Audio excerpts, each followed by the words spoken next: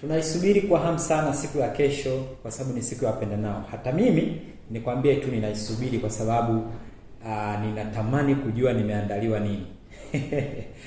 Anyway, sasa na mimi kwa kulijua hilo jamani, naomba niwe mtu wa kwanza kabisa kukutakia Happy Valentine Day siku ya kesho. Na kwa kutambua hili, naomba nianze kwa mtu wa kwanza kukupa zawadi.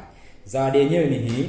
Naomba nikufundishe namna nzuri ya kusafisha mapengo ya mwanao, hasa kwa watoto wa mwezi mmoja mpaka miezi 4-5, yale mapengo, namna ya kuyasafisha. Sasa procedure kabisa unachotakiwa kufanya kama wewe ni mlezi ama ni mama, cha kwanza, osha mikono yako vizuri kwa sabuni, alafu baada ya hapo utaifuta vizuri. Baada ya hapo utatafuta kitambaa laini ama gozi. Baada ya hapo utavika kwenye hiki kidole.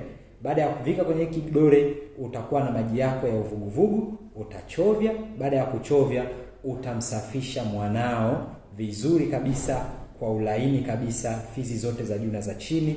Baada ya hapo utaenda kwenye ulimi, utausafisha. Lengo ni kuondoa yale maziwa ambayo yanakuwa yameganda, ambayo yanaweza yakawa yanasababisha kuhaba bakteria. Kwa hiyo wale bakteria wakasababisha vitu vingine kama vile harufu mbaya na kadhalika. Baada ya hapo ukishamsafisha vizuri, utakuwa unafanya hivyo at least mara 2 kwa siku. Ama kama huwezi kutumia kitambaa, basi nenda dukani kaulizie hayo material, hicho kitambaa kizuri kwa ajili ya kumsafishia mwanao.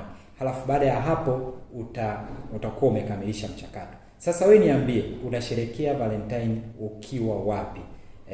Mimi niko Tanga, Siha Polyclinic.